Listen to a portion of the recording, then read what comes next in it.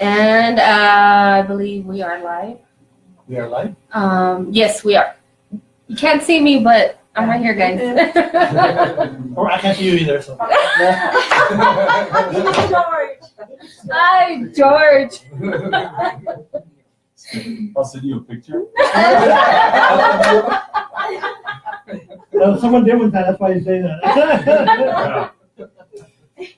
So, George, to your right is the camera, and that way you can introduce our group, and you're the leader of the pack, dude. Hello, everyone. This is George Zavala, and everyone here will introduce ourselves. But basically, here is take a break with us to learn about us, and we're going to talk about issues that impact people with disabilities, families, spouses. It could have a whole array of topics.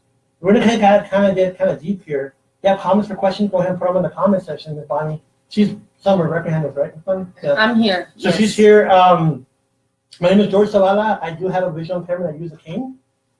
And Mike. Yes, my name is Miguel. Also visually impaired.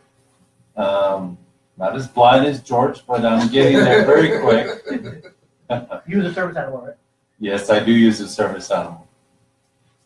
My name is Josue Rodriguez. I am visually impaired as well. I have cerebral palsy. I use a wheelchair and other things. Cynthia Maduro. I'm also visually impaired. I use a cane or a service dog. Hello, hi, I'm Lulu Fernandez. Lulu, I am not visually impaired, but I do have rheumatoid arthritis and thyroid. Yes. My name is Brandon Lamaster. I have autism, ADHD, Asperger's syndrome, ADD, and OCD. Okay. Oh, and you can't see me, but I'm here, guys. Bonnie Perez, and I'm a fierce mama of 3, and the one that you'll hear more about will be Don Julian. He's 10 and he has autism, and he should be here shortly, but you know, if you have any questions, feel free to post them, and then we'll ask around. If you have any questions about what, you know, people with disabilities go through on a daily basis, any barriers or any success questions that you want to ask, feel free, and we're here for you. So. Oh, first of all, thank you, Ms. Bonnie, for letting us be here. Yay! There's someone else here, wasn't there? No, just us. So, like I said, we're going to go, we have topics, and I think the first topic may be the one that I thought only for those who are visually impaired, but when someone talks other than to me, for example, let's say me and my wife go eat, and they'll ask her, what does he want? I'm like, really? I know, has it happened to you, Jose, or Mike? Or? Yes, all the time. One too many. And how about you, Brandon? No, not really, because I'm able to verbalize what I want, but I can sometimes I've seen that happen at restaurants on occasion. I've got all the family or whatever, I have seen that. I tend to work told them here, like, that's not cool. And I don't have a problem saying that.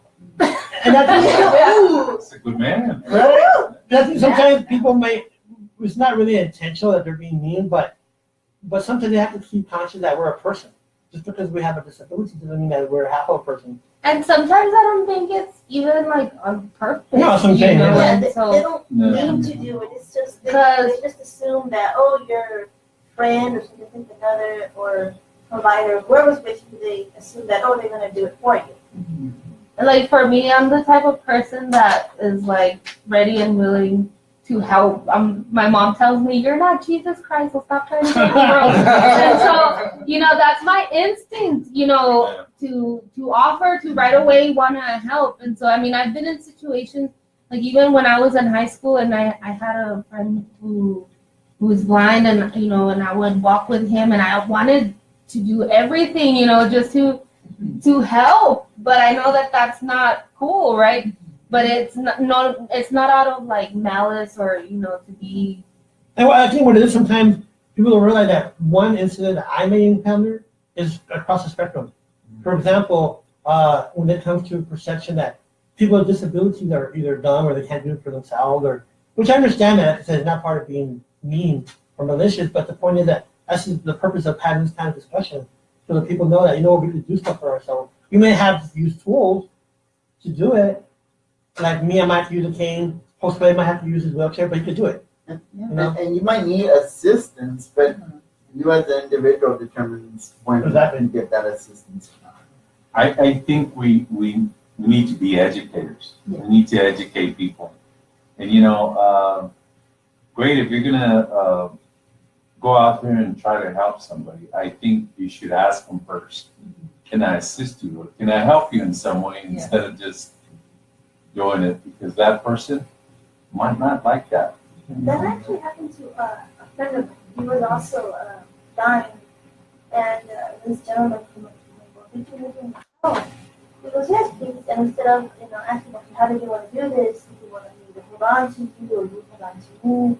He just grabbed this cane from the bottom and started pulling him, and my friend was just like, oh, no. We need to do it this way, not like that. So, Well, no, talking about that, Ms. Cynthia, and I think you and I agree. When people use that, like us, when we use tools, we don't want people touching them. This is our tools, like your service animal, like you, Mike. You don't want people touching the animal because they're working. It's just, and like Josue, I mean, I have to respect that. One time when I was younger, I realized I'm like this, leaning on someone's wheelchair, talking to them. They're like, hey, you know what? That's part of me. And then I didn't think about it. And I have to respect that. This is part of me. This came. And that's an animal that his service animal is part of him. Yeah. And that Mr. Josue, his wheelchair is part of him. And you know what? That's something new for me that I never would have thought about. But thank you for bringing that to my But me too. Next time I'll grab your cane without you. No. Well, I tell people, hey, quit grabbing my eyes. But sometimes, like I said, they don't know. Yeah. And then Mike said it perfectly. It's time for us to educate. Go out there and educate what we want people to know. And I think, Brandon, I'm going to ask you this question. When it comes to disability awareness and the perception, like for example, like me, Mike, all of us here, we have tools. People see they're obvious. But someone like you, they don't see that, but you have a disability, and then they might like prejudge you. Oh yeah. Like, That's so- so,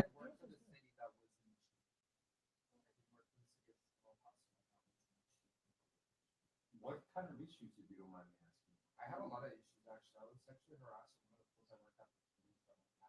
worked at. She had mentioned to me about an incident where I think one of the staff is supposed to help the people with like the wheelchair thing that they have where they're going in the water. Yeah. That's supposed to be the staff's job to go in there and help for that. It's not supposed to be the people's job to do that. That's supposed to be the staff that's supposed to be trained on how to operate those machines. And she said they wouldn't let anything in the water because they couldn't operate the machine. That's the staff's job. Well, let me ask you this, Brandon. When you, Mr. George, Ms. Lucy is here. oh, Ms. Dawson's here. My apologies, I just happened to place. Don't worry. You guys want to move over a little bit because we can't see Miss Lucy. There, I can see her. Now, is there? Yes. Oh, everyone, Ms. Dawson's here. Ms. Lucia Dawson. Sorry. Oh, yeah.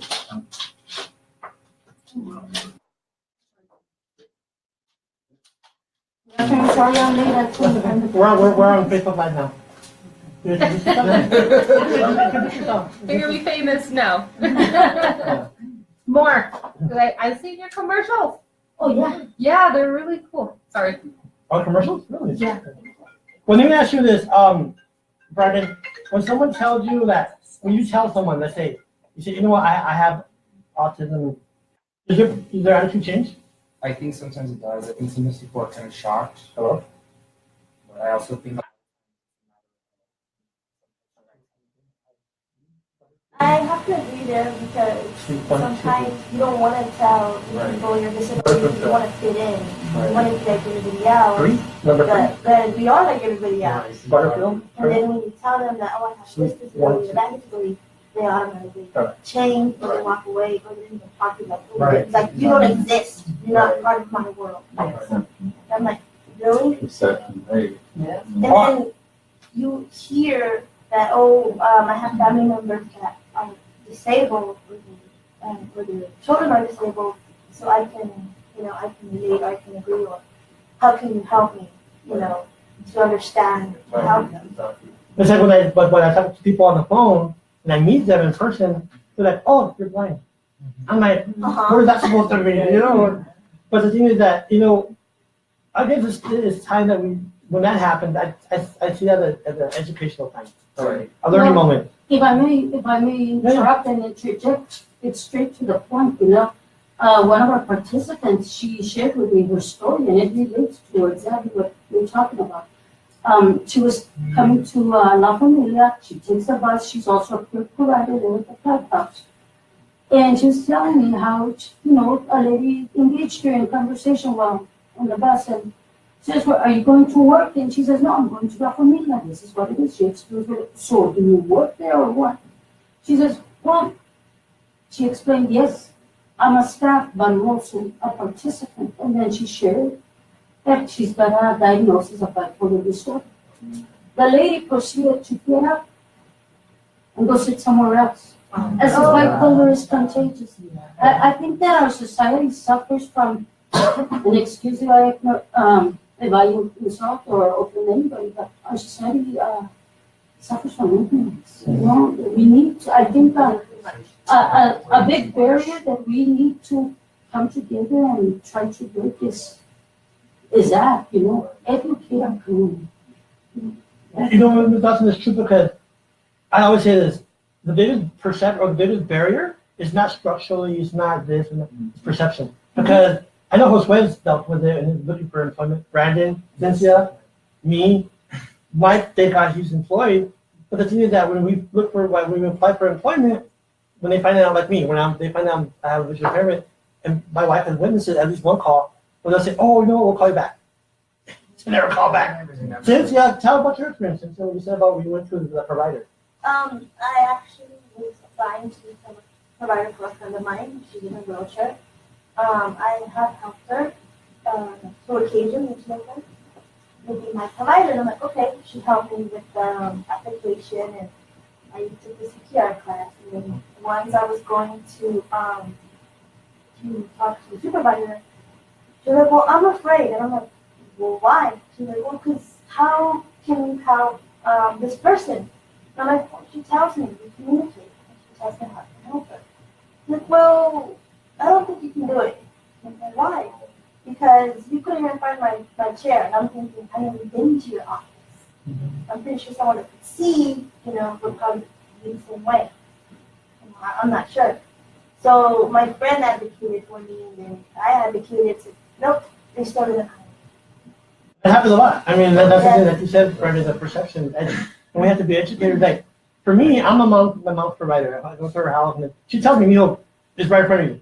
As long as I can use my hand, and I can bend over, I can do it. That's how my friend was with me. She's like, "Let's take the left a little bit." Okay. And hopefully have you, Ms. Dawson, have you seen that where, like applying for employment right away, they're like, that bitch, I mean, he's a very smart man. He's always in the community.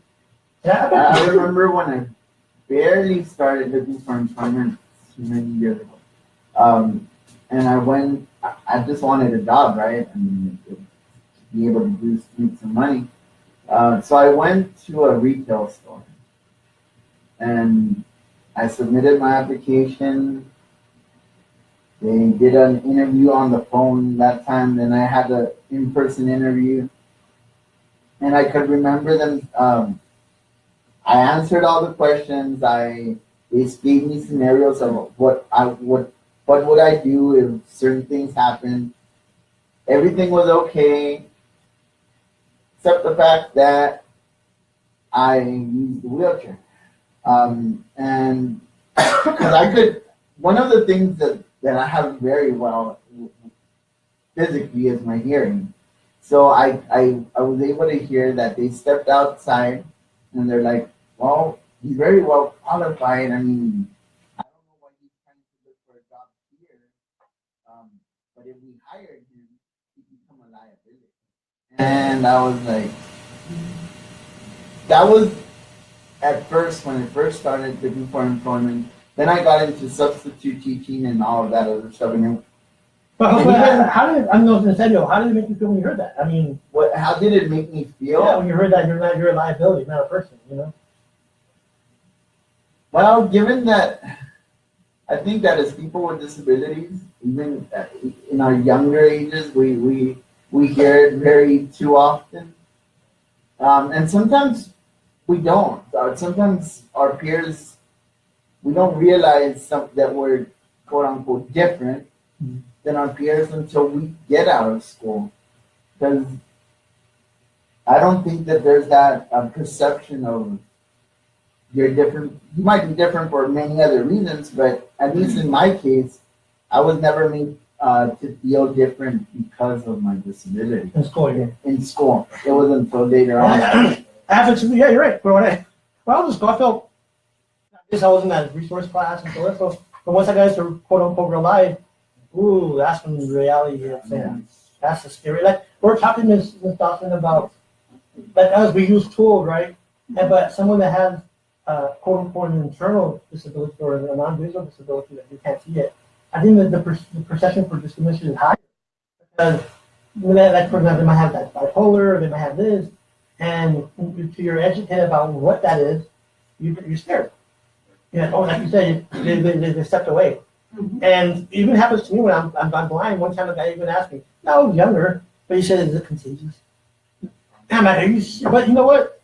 I was not as educated back then, and I wasn't smart. But and I just say something to that. But the point is that when it comes to employment, the percentage of people that are disabled is very high because of the perception. Now, once we get into the employment, we have to have those skills. We have to teach ourselves to be independent too. We have to clean for ourselves, feed ourselves, shop for ourselves if we can. But sometimes we depend too much on other people to do it. Our mom, or sisters, or brothers. We have to do it ourselves. That's my opinion. You know, and like Mike's an independent living skills coordinator, and he provides those services where people need it. You know, they have to learn how to iron for themselves. Because when their parents aren't there, what happens? They're gonna fall on their face. You know. Just a quick note on that point, and I think Mike can elaborate a lot more on what I just heard about or what he just said. Was okay. So being independent doesn't just mean being able to do everything by yourself. Yeah. Being independent means being able to decide what you want to do in your daily life with the assistance that you might need, but independence is making your own decisions. Yeah. Sure. I want to wear. Go ahead. I want to wear this today, not this today. Yeah, I want to yeah. go here and not over here. Simple decisions with assistance are what independence. To me. That's very right. That's good. That's very true. Yeah, basically, you're the decision maker. You make your own decisions for your daily life. What happens in your daily life? What do you do in your daily life? How do you go by doing everything? You're the one that's in charge, not someone You know else. what's true? Because I say, I want to do this at home. No, you can't do it. Why not? Because I said you can't. And you're right. I'm better about that in that way, you know. And like my wife, she's being a spouse. I'm lucky that she sometimes didn't realize, you know, when she says to me, because she didn't see me as being visually impaired, and I respect that. But yeah, I know sometimes I have to ask her, hey, what is this and what is that? She has patience, and I think a lot of times that's what you need when you're dealing with someone like. Yeah, I get frustrated. I can't plug in something like, and I bet you're sincere, right? I mean, it's frustrating, and sometimes I might laugh at myself. Really, George? You know? You have to entertain yourself sometimes. Yeah, you I do. mean, it's frustrating. Laugh first. Yeah. Like one time I had a shirt, and I went to work, and it was backwards. No. And like it's backwards, I laughed at myself, but everybody else, you know, they're probably, oh, what she told me. Like, no, I'm fine, you know. I just George, changed it don't up. feel bad about that. I've done that too, and I'm not visually impaired. Okay. Like I said, you have to use yourself. You have to entertain yourself. You know, when I started losing my vision, I made friends with a guy who was born blind, and he started teaching me the ropes. Okay, this is gonna happen, and this and that. And we had just met and said, you know what, you need to get my number down. So you have a pen and paper? Get this. This is where I talk about patience and education. The guy goes, okay, I've got my paper, he goes, well, my number's 915. And he goes, okay, Mike, what does a 9 look like? But you know what, Mike? Idiot. No, it's true. No. I met a friend of mine, and this is what I could see. So I'm in this front yard, he's totally white. And then we're in the front yard, I go, hey, your tree's dying. The bark is falling out. And he asked George, I never seen a tree. How does it look like? I couldn't respond to it. I'm like, what's the color green? What's the color brown? I'm like, oh crap, I've never thought about that. Yeah, I went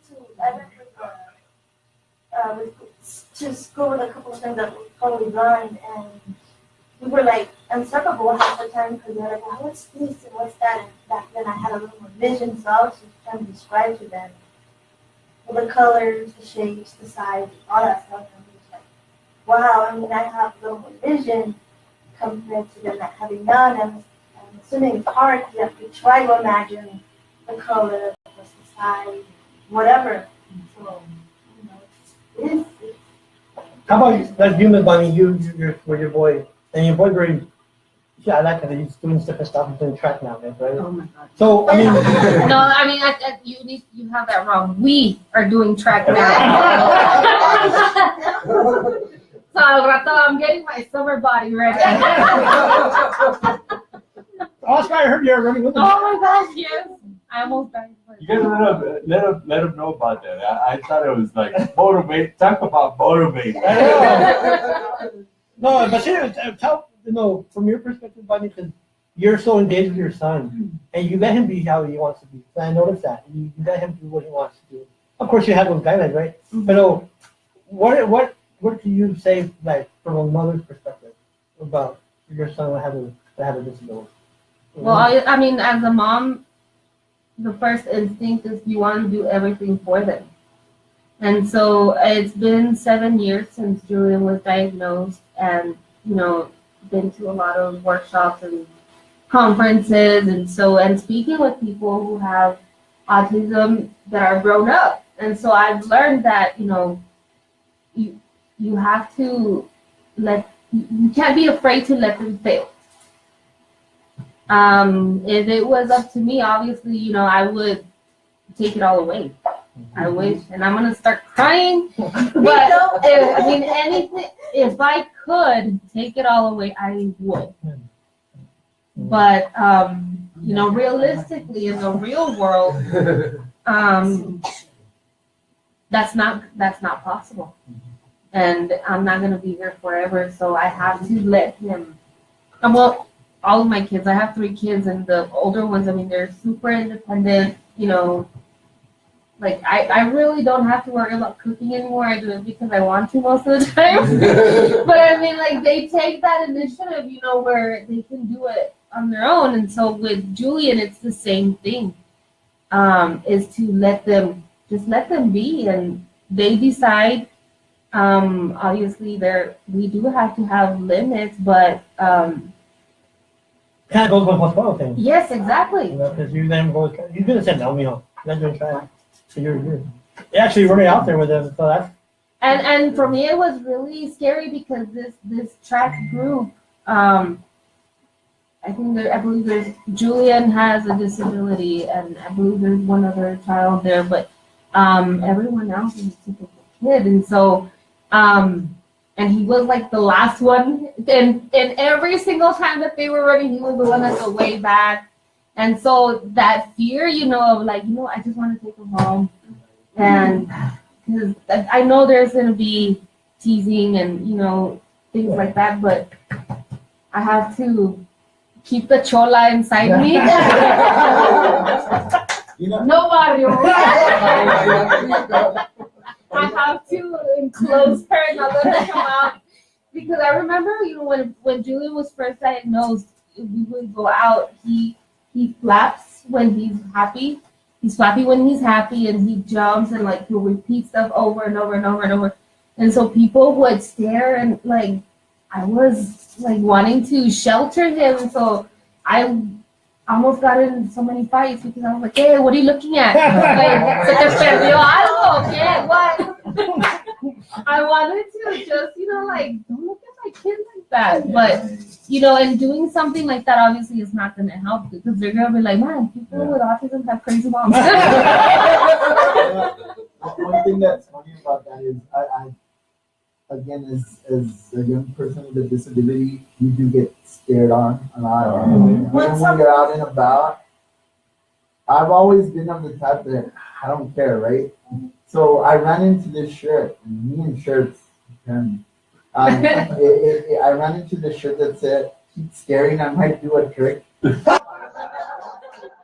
to wear it everywhere I went. But I wanted to and if you don't mind me reminding that Okay. I wanted to bring up something that you've done where the instructions aren't followed by your son all the time. Yeah. But you're proud of it, and I wanted to bring that up. Okay, that's very awesome. Okay, well, tell me, because I don't know it. When he Like goes an out example. to the park with his Oh my friends gosh, and- yes. Yeah. So, I mean, Julian, he was always bused home to and from school. And it came out of him, Mom, I want to walk home. And so I started freaking out, even though the school's not far away. But I started freaking out because there's a park and there's always kids there. And I was talking to his autism specialist from the district, the in-home trainer, and I told her, Diane, hoping that she would back me up and say, no, not yet. And so I tell her, Diane, Julie wants to start walking home from school. What do you think? And then she's like, oh, I think that's awesome. There's this other kid that walks home, and I'm like, dude, no. And so I look at her like, and I start speaking to her in Spanish because Julia doesn't understand Spanish. And I'm like, Diane, no me estás ayudando. No entiende. No, but okay, so this school year we started letting him do that, and there's been and he has a phone now because of that. So I tell him, call me after school, let me know that you're on your way, and I'll go and wait by the mailboxes in the park just to watch to make sure that he's coming, or in my backyard over the rock wall you can see the park. And so I'll be all stalker, crazy. But it's like I'm doing it from afar. I'm not like right there. But there's been a couple of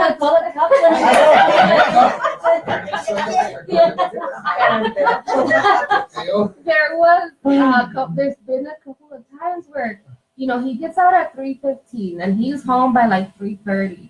And so 3:30 comes around, 3:35, and so I get in the car I could walk, but if something's happening by the time I run over there, it's gonna be like an hour.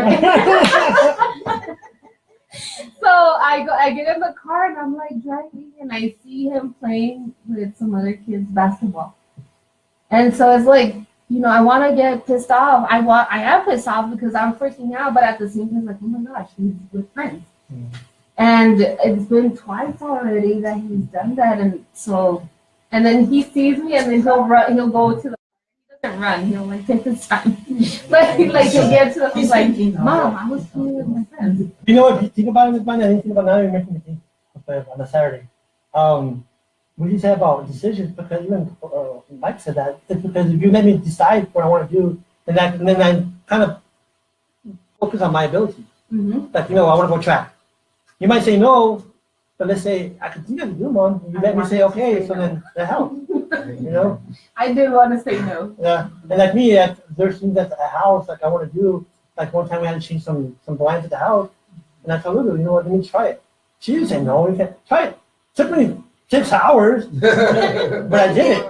But that's the thing. Like you're right. That was my decision. She didn't deny me that decision. We have a comment here from Tanya Idel, and she says, I used to get so mad when I was signing and people stared. It's hard to get over. Some were curious and some rude. God bless them and move on. I have to, you know what you're saying, Humphrey? I just have real thick glasses. And I noticed that I'll be there eating, I'll just pop out, and people just staring at me.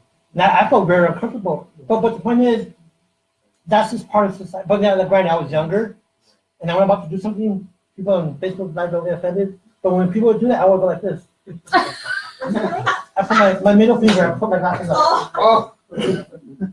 And that's because I was younger, you know, but now I'll see a different perspective. But it's very, my self-esteem is very low sometimes. They look at me, I'm like, why are you staring at me? I'm like, but when I got older, I'm like, you know what, that's on them. They don't know any better, and I just move on. But when you're younger, as a kid growing up, that kind of messes with you sometimes. Yeah. I agree with him because growing up, I only had one parent, not two. So it was hard because my mom didn't know English, and I didn't know that I had rights. She had rights, that I could speak up for myself. I didn't know about that until now. And it always made it hard because I wanted to be, like everybody else in my birthday. People make fun of you, or they wind up tripping you or pushing you, or just treating you pretty bad. And you want to tell somebody, but you're like, who can tell? And you think you have friends, but then they're like, no, I don't know what to tell you, or no. So. But as you're older, it's kind of different, right? Now you know. It is. But I want to get that shirt that Jose said. I do want that. Because the point is, because sometimes, like you said, it's not all malice, but sometimes people say this stuff is so ridiculous. You're like, oh, seriously? Like, for example, how can I move into a housing? How can I move into Montana? I get emotionless.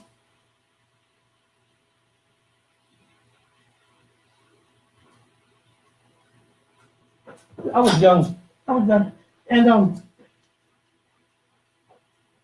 going to move into an apartment.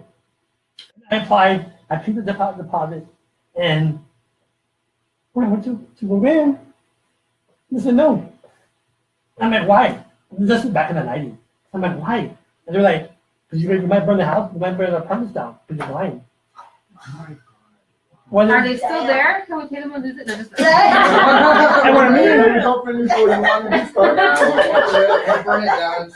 and that happened 20 years ago, but it still affects me now. Yeah. That's why I want people to understand when they say stuff like that, not being valid. But when they say, oh, you're going to burn an apartment down, I went home crying. I'm like, am I that irresponsible? Am I that, I can't live on my own? But now that I'm older, I'm like, oh, hell no. But the thing is, right? So the point is, when people say that, and they don't have that filter, and when they tell someone that's visually impaired or anybody else has a disability, you can't do it because, and then she said that. Well, how are you going to code? I'm along. No, you know what? You might burn your, like you were saying, a liability. We don't have insurance, that type of insurance. I'm like, seriously? And like I said, I was young back then. I didn't know about my rights and disability rights and stuff. So I went home. I went home crying. I found another apartment. But the point is, that's like I said, I was back in '91, and it still affects me now. And that's what people have to understand when they say things to us. It sticks with us, and it fixes going further. So when I went to another house or another apartment, I asked them. I was asking, I'm going to cook you that. Yeah, there was no big problem. But what I want to see is that, I just want people to understand that, just be thoughtful when you do things, because especially when they're young, it impacts them. It goes into that grain of their self-esteem, I'm sorry. Go ahead. No, what I was going to say, like at La Familia del Paso, at the clubhouse, we take the opposite approach. We don't allow our participants to use their diagnosis as an excuse to not participate, We encourage, it is their place, it's for them to keep, maintain, and encourage their peers to attend. So there, on one occasion, one of our members, our participants, was doing something that was totally not appropriate for the environment, and I called him on it, and his response to me was, but I have schizophrenia. And I said, but that's not an excuse. And he said, it's not. I said, no. And, that young man has come a long way since then, but, that my point is that we need to provide also with environments where they're allowed to and not use their disability or their diagnosis as an excuse to not contribute, to not participate, and, at least there we do provide that. And you know, Because you know what? Because I laughed at it. I laughed at it because he was never taught any different. It's like, no, you have a disability. Don't do that. Don't do that.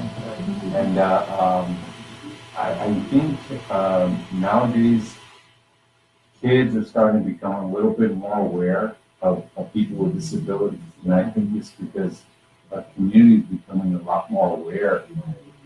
We're getting out there, whether it's Josue or whether it's Bonnie. Bonnie is.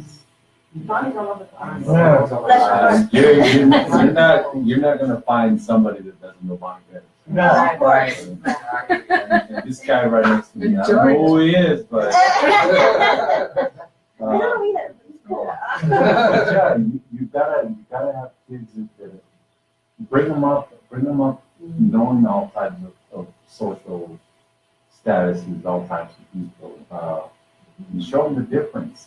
One of the parents that I bumped into that I know very closely is yes, we got our kids that were blind, they were kids, and the mom said, you know what, their rooms need painting, and that's okay, we're gonna paint. So he brought all three of them out. All three of them are blind. They are the retinal pigment. We're gonna paint the room, and they kind of like, what? We're gonna paint the room. So he covered all the floor real nicely and everything. Well, they got practically half the paint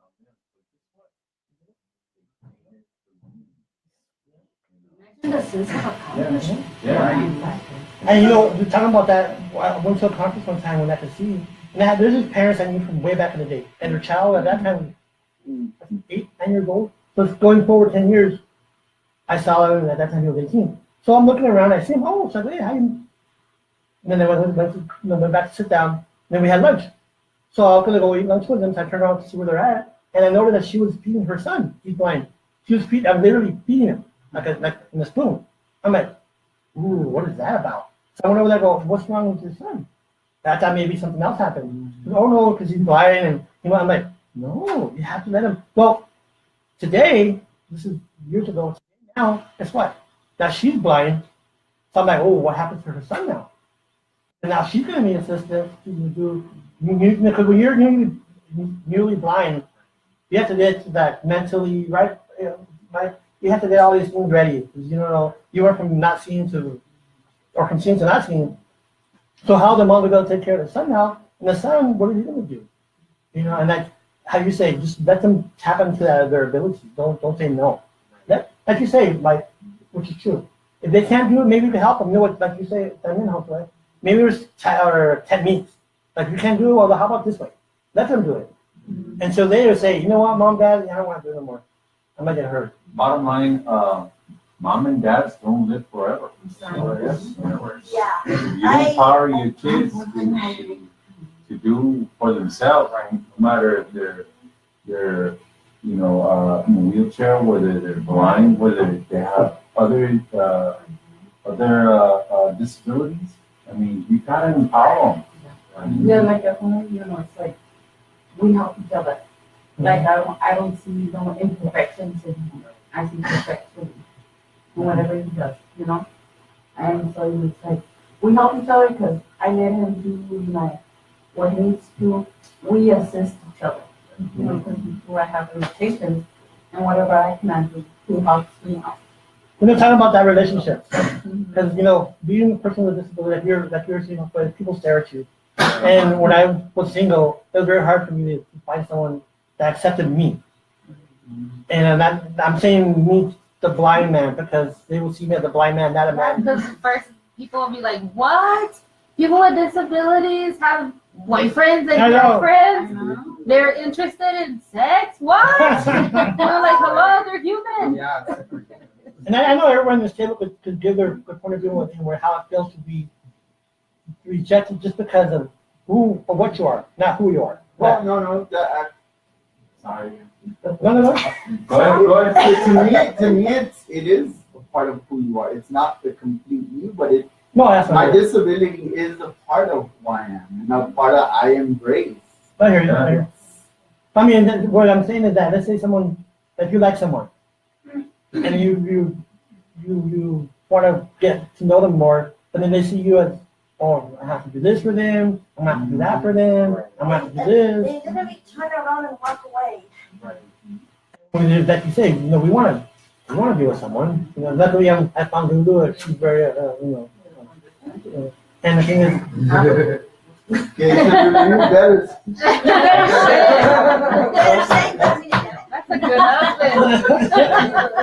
but I mean, but that thing about the perception, like I said, what I'm trying to say is that perception taps into everything, into relationships, into like my experience, the housing, and to me, it just people understand that just look beyond who my disability and look at my ability, and see that I'm a affectionate.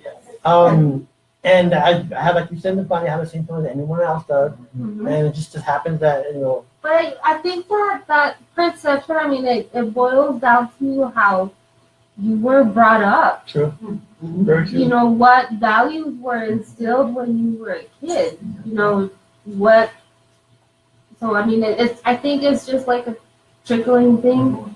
And I mean, for us that we're here now, then what are we doing to educate the children, the little ones of today, right?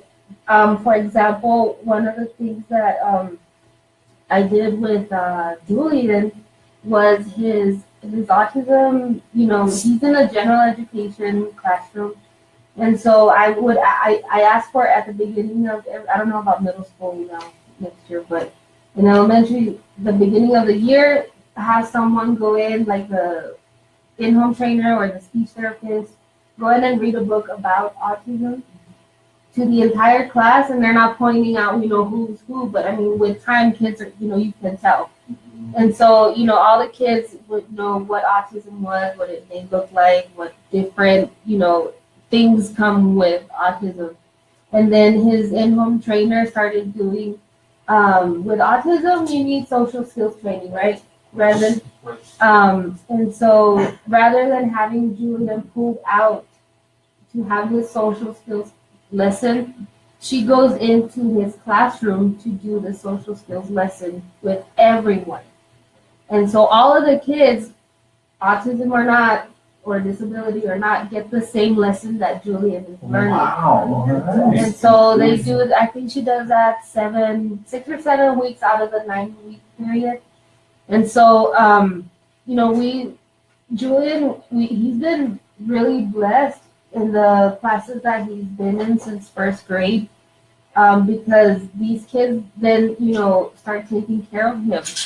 And taking care of him in the sense of, for example, I know there was one time when they were out in recess, and Julian has a thing for horses, and they have these little horses, the ones that go back and forth. Right, yeah. Yes, and the playground, and one of the monitors, they're volunteers, right? So they're not gonna know who's who.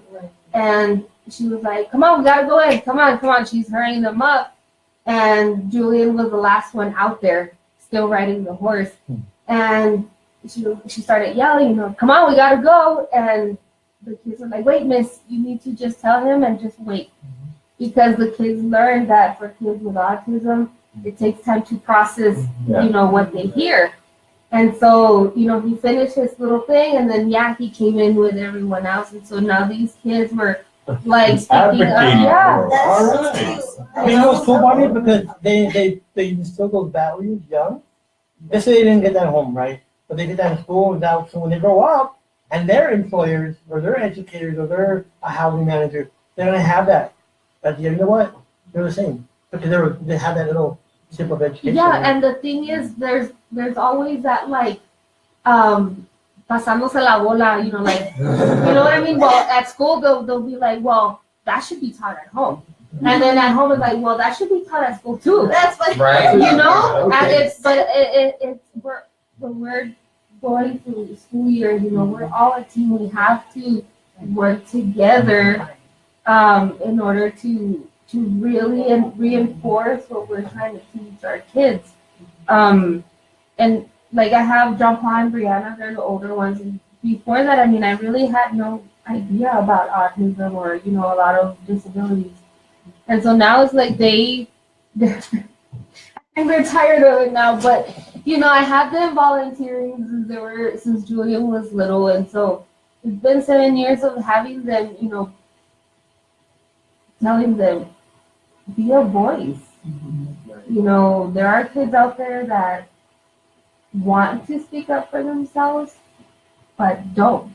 I think that's where, I think you do a lot of self-advocacy classes where you want to show, and I know the perfect person here is Josue. And the thing is that as we're accountable too, now granted we're younger, but we have to try to instill those skills where, you know, maybe, like you said, be that voice. You know, I learned a lot from everyone in the room growing up. You know, I've learned for 3 years, Josue for, you know, so I'm also learning from you guys, because how to approach things, how to deal with things. And that's what we need to do, like you were saying earlier. We need to be more united when it comes to doing stuff to learn off of each other. It helps. You know? I know that when I was in school, there were several programs that helped, like with the interaction between the students with disabilities and their peers. I know in middle school there was a peers program. Oh, really? From Special Olympics, no? No. Well, this one was in Ranchland, you know. It was, the acronym was peers. I think it was providing education for every Ranchland student. That's what it was back then. So what happened, or what happens, I'm not sure if that program's still around, is that a typical student would be paired with a student with a disability, and they would go out into the regular ed classroom. Just it would be part of the curriculum, but it was more for like social skills and interaction. So I think that's good. I know the another program that's good is the Youth Leadership Forum. When students, Brandon, you were part of it. Yes. I think that's another program that people can look into as far as getting youth involved. And I know there were several programs for parents, which I'm not too sure of, but I know that YLF for sure has had numerous young students, young adults through that program that's been around for several years already. So I know that's a good program. There was a state one, but I don't think there's a state one. No, they lost it. Yeah. Well, you know, Brian, I have to give you props because we went to a conference. You're a speaker. Yes, I am. And I give you props on your skills, dude, because you do awesome. Your public speaking stuff. But you kick butt, dude. I was noticing, I'm like, wow, there's skill there. But like I said, yes, we have disabilities, but you learn how to adapt, how to do your techniques to learn, how to do that skill. Like me, I have skills, Mike has skills, all the students have skills. But we have to learn how to like adapt to it. Right. Use it. Like you, what techniques do you do? I mean, to learn when to say a certain thing and how to do, because doing a speech is difficult. Yes. Right. So how do you do it? What techniques do you do? I speak publicly about my disabilities pretty much. That's usually what I speak about, except for with Bonnie, she did help me do that stuff out of the conference. But it's probably the first time I've ever spoken about it, so I was kind of able about the subject. I've always spoken about autism and my disability. And you try to educate people that basically do I it. try to do that, yes, just to kind of get people to understand. Most of the time I speak to parents. There was one I spoke to in 2010, and I have people from different backgrounds, like I'm doctors, lawyers, social workers. Wow. There was like over 450 Wow, that's cool, It was a man. huge conference. And they have it every year. It's the autism conference for regional team. So they together for autism. Actually, I think it's 600. Oh, wow, it's right up to 600. Yes, and it's sold out. You know, one time every year. I had to do a conference in Dallas. And one of my consequential effects of being blind is anxiety. That's what the thing there. Oh, yes. So I would carry my happy pill. There you go. And then one day for the conference, they're like, They didn't tell me how many people were there, so I was sitting there, and it was like a panel. Oh, I got you. So my mom was there, and like, oh, no, mommy, like 300-400. My daddy kicked him right away. But I couldn't see him, right? But the point is that there's sometimes we may have one disability, but kind of goes into another disability. Like me, I'm visually impaired or blind, but I also have anxiety. Right. And I don't. Do you have anxiety, Mike, or are you good with that, or I mean, how do you do it? I'm good with that. No, I have anxiety because I can't see stuff. You know, and I hate to interrupt you, but one of these days, I mean, people that are out there, and just so you'll know, eventually, when you grow, you will become disabled. You will have a type of disability. So all I'm asking is to open your eyes a little to what we do, how we are, what people with disabilities are able to do. That's true because Hispanic area, diabetes. And there's this man that we know is a police officer. One day he's the sergeant. Go to work. Next day he has a stroke. You know, he can't talk, he can't walk. Now he's rehabbing, but the right. And I think it's that true understanding of what disability means. Mm-hmm.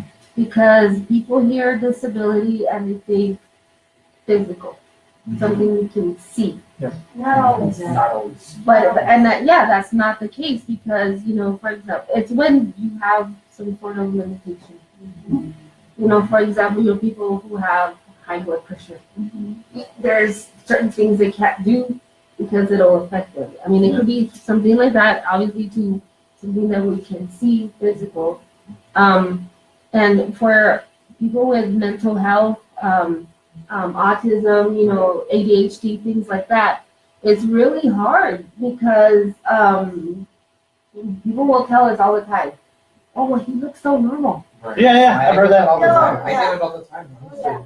And so, Brandon, like, when you decide to disclose that you have autism or, and what do people respond usually? And so how do you go about explaining if they ask for explanation? If they ask for explanation, I explain it to them, but usually sometimes it's just since I've been in college, I didn't really have a problem disclosing it to people because college is a lot like high school kids.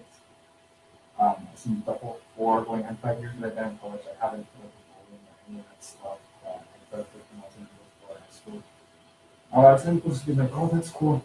But you know what? I just leave it at that. Like, you know what? really, Brandon, in the way, not that's a negative thing, but in the way you shouldn't have to be ashamed to disclose. No. So like, be proud of it. Right. I mean, I'm blind. I'm proud of it. Right, I mean, of course, but it's just sometimes it's something that I kind of have to know who I can trust.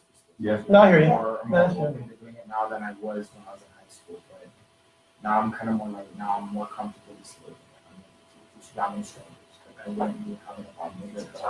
Nothing hearing it more like autism. Right. People can become more attuned to that and get that word. Exactly. And they're like, okay, it's not a really bad thing. Or, Right. And people always mention like, well, like how you were saying with Dawson, if someone said I have bipolar or I have schizophrenia, ooh, I'm gonna leave. Can we go now? I was like that. I'm not gonna lie to you.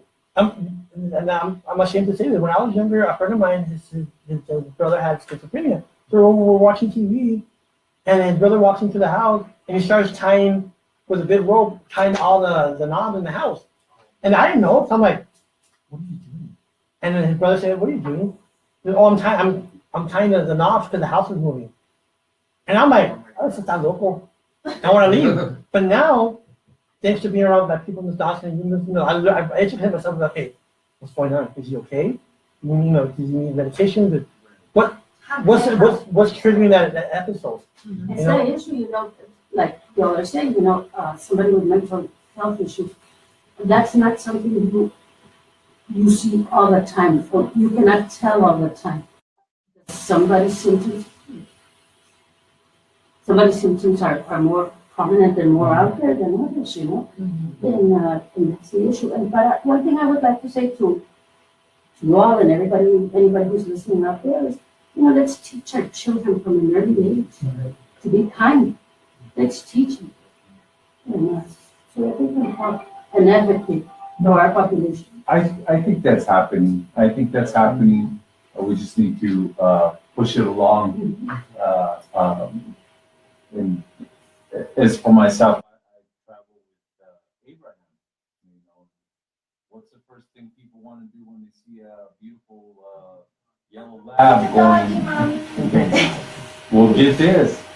The kids are the ones that are telling the adults, no, mom, don't touch it. It's a service. Oh, really? We're not even supposed to have eye contact with it. And I'm like, blown away. So this kid knows this. I thought you were talking about me, not do that to me. But anyway. I can relate to that. And it's funny because I'm all over the place with my friends. We go to mom, we go here, we go there. And yeah, you get that. You'll get the parents trying to get closer and closer to the sneak a pet, and the kids are like, no, mommy, that's a doggy. You can't touch the doggy, mommy. And I'm like, oh, wow, that's pretty cool. And I'm like, isn't it supposed to be the other way around? Yeah, right. So, Well, we're past an hour, so let's start going for the closing then.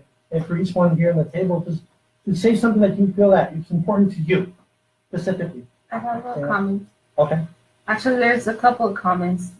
Okay, so the lady who commented before about signing says that her kiddo Tessa was born 24 weeks gestation, deaf and blind in one eye. She's a miracle, a warrior. She's overcome so much. Use a situation to educate. These children could teach everyone how to look at the world so differently.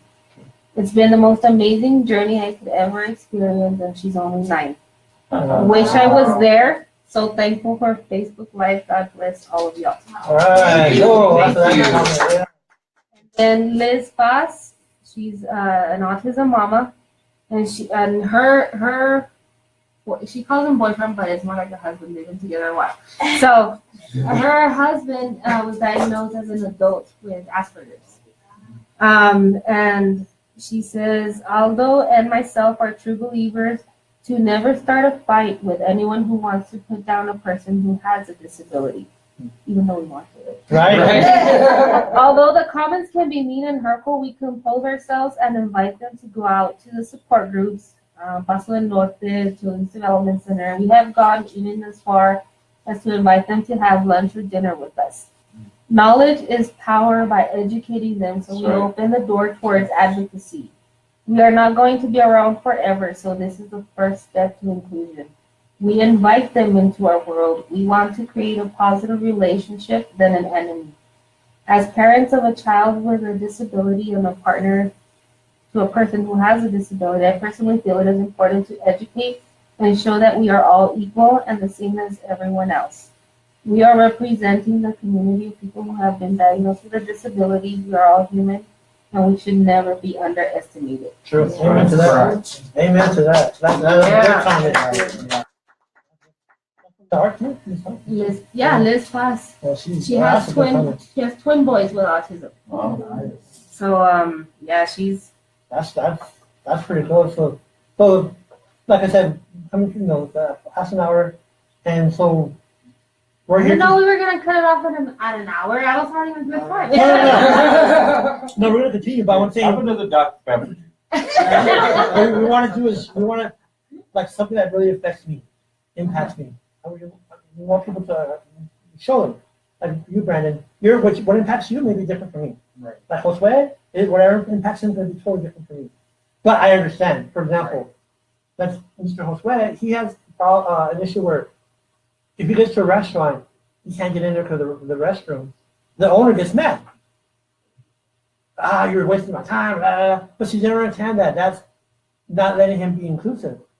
And like me, let's say, for example, I go somewhere and they don't have printed material, that's denying me to be inclusive. That's something we all have different experience. Ms. Dawson, I guarantee she has a different experience than we do, dealing with a mental health component, because, like we say, a lot of people associate a disability with physical, right? Like we see you, but when you say I have autism or I have schizophrenia, they're like you said, I've heard that, Miss Bonnie. My grandma. I'm like, what does that mean, But should be expected, and that's for us to educate, right? So like Brandon, what do you want people to know that really impacts you? Like you want people to learn that, to who you are or what you are. As far as my challenges that I faced, I think that college, I'll use college as an example. Nothing's impossible. If you go to college, you're either cut out for it or you're not. But you know what? The disability should not impact your ability to go to college, because there are some kids that have graduated with a 4.0 and they have a disability. So that has nothing to do with it. And there's lots of kids that get, there's supports for students with disabilities at the college. I get note takers in class, I get extended time on tests, they have other accommodations people that are maybe blind, or they can even have a sign language interpreter in the classroom. They have all kinds of accommodations that they can actually have for you to help you be successful. So there's no reason why, if your child wants to go to college, if they're cut out for it and they can make it, there's no reason why they shouldn't be able to do it. I think someone said that earlier about, you might need help. You said help, no? Yeah. You may need help, but we could get there. Like me, I might need help, like for example, cutting the yard.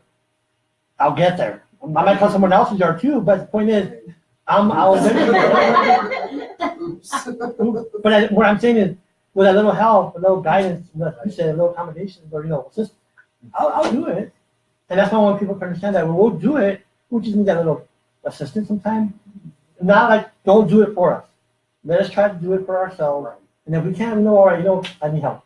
Let us ask her, right? Don't do it for ourselves. That's one thing that I have seen or heard of growing up, where a lot of people that are disabled, they'll depend so much on a family member or significant other that when they're by themselves, due to whatever reason, they're like, well, I don't know how to do nothing because this other person they did everything for me. And then now that they're not there, it's like, what do we do? Or how do I do it? We have to start from there. But I don't know. And you might heard yourself like me when I started learning how to iron when I was going blind. I would prepare myself. And my mom, when I was living with my mom at that time, she's like, let me do it. I have to do it because eventually I'm going to do it now I'm with my wife. And I iron decent looking. I mean, I would iron okay. But I was sometimes the iron, son of a. Yes, it is. It doesn't hurt. But you know what? We have to move on. We have to learn our skills for ourselves. And I think it might tell you this last story about that, but the independent living skill. But at the end of the day, let us choose for ourselves. Like Josue was saying, make our own decisions. I got educated today. Let us do our own. Like, just because you think we can't do it, that's not our fault, is it? Or you assume something. Yeah. You can assume all you want, but we're the ones that are going to make a decision for ourselves. Basically, they gotta judge us by our intentions, not by our circumstances. Right. Oh, I like that. Can I write it down? Sorry, You you need have to paper give- pen. They're like, Give him credit. Every time you use it, yes, give me credit. Copyright. Yeah, it's like you gotta let us fail, or the opportunities. My big thing is opportunity, and I'll hold it. Speaking of opportunities, when are we gonna be doing this on one basis? What do you think? I mean, I'm down like James Brown. Definitely. I mean, I think it's good It feels because, good, yeah. because it's, not only that, but like I told, the original idea for this is because we talk about this among ourselves, we agree, oh yeah, I have to sweat, but we want people out there to listen. Right. And learn, educate. We're not, Ask questions. Yeah. I've been telling him ask questions. I know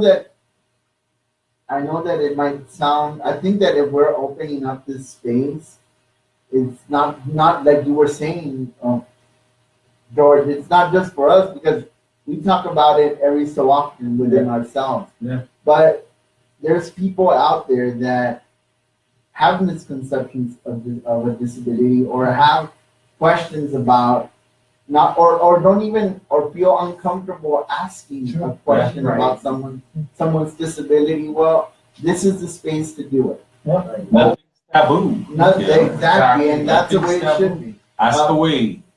don't forget to ask. I mean, I actually had a guy ask me, how do you shave? Oh God. No, I'm serious. That part. And I'm like, what?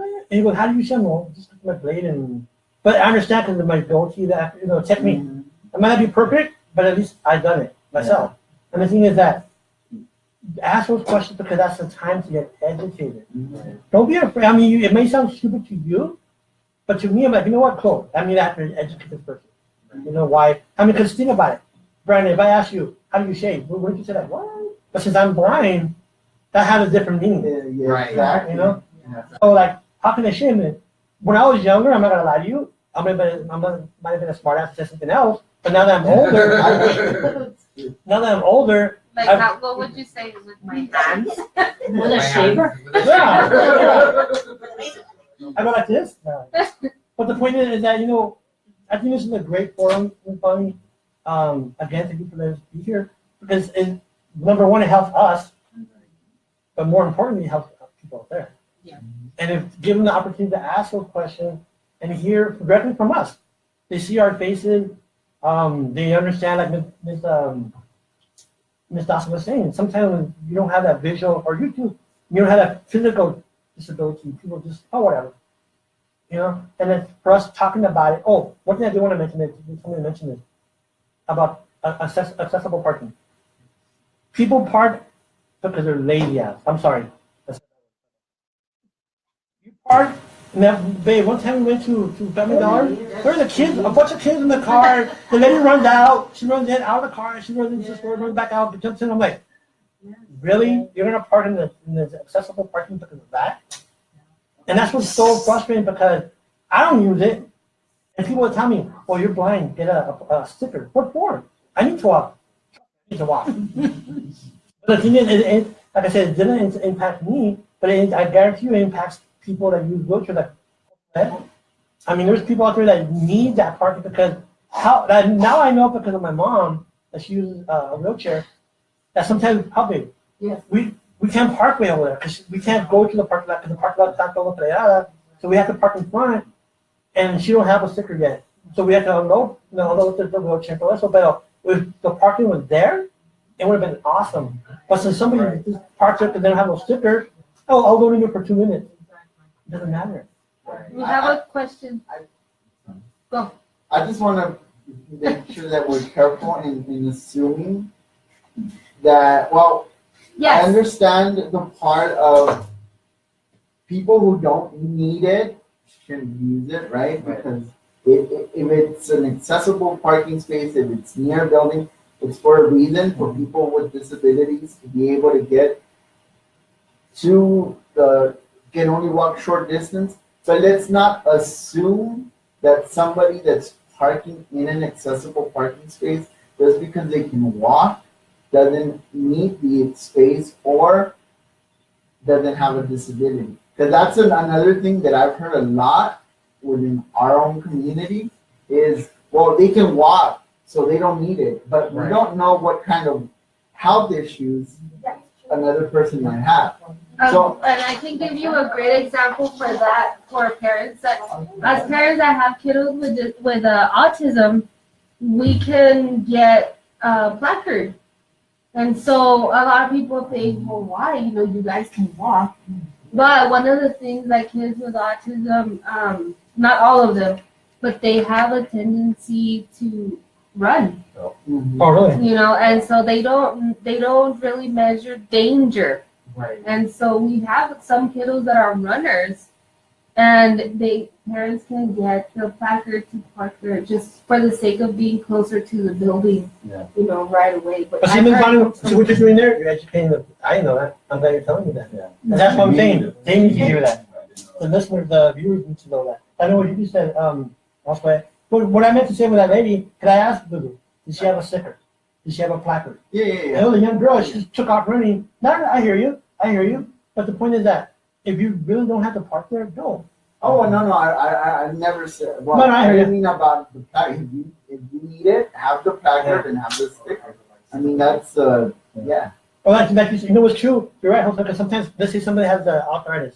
Some days they may be real good, and there's some days that they can't really walk, so they have to park there. Right, babe? Yes. And the thing is that, but you're right. We assume that, that he's walking. Why is he using it? But you're right. So the point is, don't make assumptions. Don't jump to conclusions. Right, exactly. Okay, let me ask you the question. Miss Christy, Lay, I think it's Lay or Life. I can lie. What's up, Lie? How you doing? Ms. Christie asked, okay, if you had your disability since childhood, is there anything you wish your parents had let you do that you think they didn't let you do because of your disability? Okay. For Christy. There's a lot of things my parents still don't let me do today. They still see me as their middle child. That's kind of the one reason why I moved out on my own. There's a lot of things that my parents, I think they're still not. They still think I'm their little one. I think it's partially because of my disabilities.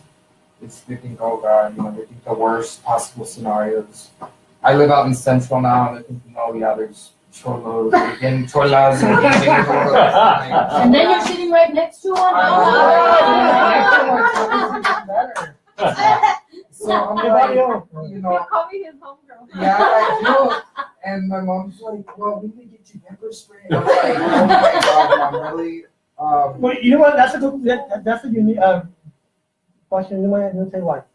And this is gonna make sense to some people. Not growing up with a disability, when you're born with a disability, and you're going through life, is kind of different with someone that just gets a disability, that car accident. So their experience may be that I learned that gentleman. I grew up with bad vision, but the context where this man was blind, and he told me about the tree. I'm like, I understand the difference. And like somebody that's become, let's say, a car accident, now they use a wheelchair, their perception might be different than Josue, or vice versa. You know what I'm saying? So, like you, Brandon was saying that growing up with a disability, your parents limited you. Whereas my mom, when I was 18 years old, she was like, I know, yeah. She moved me out. She kicked me out. And when I was younger, when I was 6, 5, fifth and seventh grade, and 8th grade, my mom would make me iron. This is what I could see. But she would make me iron, cook, and my grandma would say, I know that's because I hurt herself. And she's like, no, let him do it. And the point is, now I appreciate that now, but now I'm in my 40s, that I could do some stuff. Now, granted, I need help. Right. But I could do it. And I make my own decisions. But like I said, it all depends on your culture, on your growing up, right? Because my mom's more independent, where yours are more restrictive. Mike, I don't know about you. Josue, he's a bad guy. Josue, I learned a lot from Josue because growing up or having a disability, I felt, and I'm not gonna lie to you, when I was younger, pobrecito. Now that I was older, and I've been around people like Josue and Jose Lara, they show me, you know what, George, you might have this issue, but you gotta move forward. You have to go beyond that. Don't use your blindness as a disability or as an excuse. I can't do it because I'm blind. Right. Yeah. No? That's one thing. Sorry. Actually, it was the opposite for me. My mom didn't do the whole pobrecita thing. She was like, you want to run with me? On your own. If you fall, that's your deal. And I did. You want to ride a bike? You're on your own. All right, cool. So I grew up like everybody else. So that was pretty cool. But now that, I am having trouble seeing certain things, it's like, okay, I'll have my days to it. I wish I wasn't blind. I wish I could drive. But, it's like, you know what? I am grateful that at least, my mom didn't limit me, being a kid, being a young adult. That one time when I was younger, I was frustrated because my mom didn't want me to take me somewhere. That's how my friend, I'm like, my mother didn't want to take me. And I was like, 12, 13, 14 years old. He's like, and I was telling him, my mother didn't want to take me, and I hate being blind, and that, vision impaired. He's like, it's a bus. Can you walk? I'm like, yeah. It's a bus. I'm like, oh crap, okay. But he kind of showed me, you know what, don't use your blindness as an excuse because your mom won't take you. Get your butt on the bus. And I did. But it took me 4 hours to get there. I was reading something that I wrote a while back. 4 years ago, I read it over on my Facebook today. And it has to do with my disability. And I know that people say, I wish I didn't have a disability. I wish I could walk. I can walk. I wish I could run. I wish I could jump. But in reality, and this is something I came to realize a long time ago, I am grateful and thankful that I am who I am, that I have my disability, because my disability does not define me. I don't want to get that mixed up. It doesn't define me, but without my disability,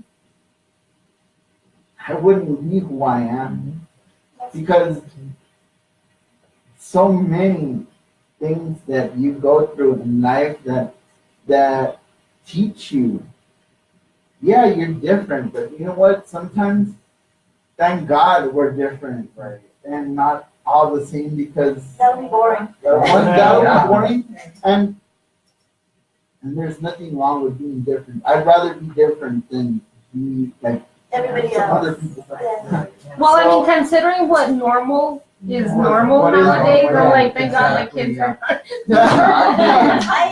I've actually heard about that. When I was going through the Chris Cole program in Austin, they had us go out in the community, talk about our disability, and there were days like, I want to go. What for? You know, whatever. But I would hear stories from the other consumers that, man, it was kind of hard because people were rude, or people said, oh, I'm grateful that my children are not disabled. And I'm like, Yeah, I've heard that. dang. I've heard people. I've heard parents say, "Like my son grew up perfect, or he grew up without." I'm like, really? You're gonna say that? Yeah. What happens? When we do the health fairs or the resource fairs and we explain what we do, and then you get those folks that are like, oh, well, thank God, mine are okay. Yeah. Yeah. Yeah. Oh, okay, thank you, but no, mine are okay. You know, Oh, my Lord. it's true, because the perspective. When I have sight to where I'm at now, my perception of life is totally different. And I kind of see what you're saying, because before I could see, for example, let's say I could see TV. Right. So I could see what's going on and this and that. Now that I can't see it, I have to imagine it. So my perception of life has changed. You know what I'm saying? Mm-hmm. For example, I know what the color of blue is. Someone that's never seen blue, they're gonna say that. What does that mean? So I can understand what you're saying. That like you're right, and I always say my disability does not define who I am. It's just a part of who I am. Simple as that. And that's the thing that at the end of the day, when people go on beyond that, like my wife has done with me being, husband and wife, that's where we progress. We progress as people in society that we want to work, but there you go, employees don't want to hire because liability. Let me tell you one thing. I called a restaurant. This is when I was doing that contract for a company or an agency. So my job was there to call different businesses to hire people with disabilities. Right? Let's do a grant. One of the companies I called, I'm not gonna say what it is. They said that I told the gentleman, well, sir, this is this. I'm calling regarding would you ever consider hiring for? And this is the manager, the general manager. He said, oh no, we can't hire. We can't hire them here. I'm like, okay, so now so my advocacy just kicked in, right? I'm like, well, why not, sir? Well, we have too many equipment. We have a stove and might be an OSHA violation. I'm like, okay, but since I was working for a contractor, I had to keep my mouth shut. I'm like, okay, sir, but otherwise we're like, oh, you know what? I'm gonna go to your house, your store and talk to you in person. But what I'm saying is, ridiculous as it sounds, people actually believe that. They actually believe that Coach Soy can't do this when they say, like, what's her name? Jennifer Culper. She's a badass attorney. She graduated top 10% of her school, Texas Law School. But yeah, when somebody said she's blind, she's blind. Like, really? I'm like, seriously? I can see them well. Can I get someone cited? Yeah. Oh, Well, actually, I had an incident where my mom's home care agency, they didn't want to drop my mom off at the doctor's office because they wanted someone cited. They said well, no. So she was on the bus. They took her back home, and my mom called me and said, they're taking me home. I go, why? Because they want someone cited there. I'm like, what? I could do whatever. Because they don't understand I have a technique, like we're saying. Like when I take her, how big? She's like, go to the left, go to the right. So me and her already have a little thing going, like how to take on the wheelchair. Yeah. But they're like, since I can't see, they're like, well, you can't help her. When I heard that, he called me, and almost reacted like you, fit in the same brain. Segundo barrio, but. You know what? This Mike, I got to learn. He's a big guy. He's 6'7", but he has a bigger heart. And when I tell him stuff, he gets real passionate. But that's what we want. That's what we need, because when there's something that affects you that in here, it hurts. When someone says something to me like you can't do it because you're like when they tell me that you can't do it because you're blind, I come crying. I'm like, how dare you tell me I can't do it because I'm blind? And this is what, a month ago? Yeah. That's exactly how I felt when they told me about the providers. And then also another job too, where a friend of mine, he sees, and he was trying to get me a job at the mall where he was working at the little kiosks. And then the lady pointed at something. I couldn't see what she pointed at. So I was trying to ask her, what if you did this? What if you did that? Like George says a certain technique. She right away told me no. She wouldn't hire me. So that hurts. Like me, being a job coach, you learn how to tap on those abilities. Like for me, I tell people, I used to, being blind, I used to stock the store. Well, how did you do that? Well, because you scan this. There's like we're all saying, there's techniques to doing it. But the thing is, it goes into our professional life and it goes into our personal life. From our moms to our girlfriends to our brother. Check this out. I have my tia. She parks to put gas. I'm gonna get out of the car. She said, "What are you doing?" I'm gonna put gas. Oh no, you can't do that. Why not? And my cousin that mom made me to do it. So I go in there, I put the thing on, I think to myself, what made my tia think that? So when I sat down, I asked her, like, this is the learning moment, the learning time. I go, yeah, not to fight her. I said, but why did you think that? Well, me help because this and that, but yeah, you saw me do it. Yeah. Oh, okay, the next time I'll let you do it. And that's what I'm saying, that this is small little thing. You put some posts on Facebook, Mrs. Brandon, about how your parents restrict you. But and it is frustrating because I think my parents are just in that mindset, like I can't do it. I don't understand why. And they don't see it as them babying me. And my parents are very good. I hate to say it. Because a lot of times, the people that are trying to help you blow them off like they're full of hot air. They do not listen. With them, it's their way or the highway. Yeah. They will have their way one way or another. They will not see things any other way. It's like it's either their way or nothing. And I could drive. I can drive. There's nothing that says I can't live in the guardianship they have. They shot themselves in the foot by doing that. Because now that the judge, when I was younger, I was having intermittent rage. So with that, my parents got a guardianship. They thought, oh well, they don't got to make medical decisions on behalf of the the next of kin. But the judge, even that the judge put those restrictions in, the judge is giving it to his out. So you can't drive, huh? I can, but not by law, but the guardianship you can't. Yes, no, but if the judge removes those restrictions, my parents can't say. Like they can't be like, oh well, I don't think you know. The judge says yes, it's gonna happen. They don't have to like it. They want to fight with the judge, well, they can deal with whatever the judge. They don't have to like it. I mean, you don't argue with the judge. That's true. The judge says, you know what, you're going to sell this. What you're going to sell. But you know what I like? Just you inherited that bullheadedness. You're going to be a success no matter what your circumstance. Right. I can see that in you. My parents are just, I think they're trying to think like in a bubble. Yeah, but that's parenting for you. I've always heard that growing up with a lot of friends. Oh, I wish I could be independent. I wish I could, have my place. I wish I could date. I wish this and that. But I can't because my parents or my mom or my dad or my aunt, my uncle, whoever, they won't let me. And I'm like, well, I'm like trying this.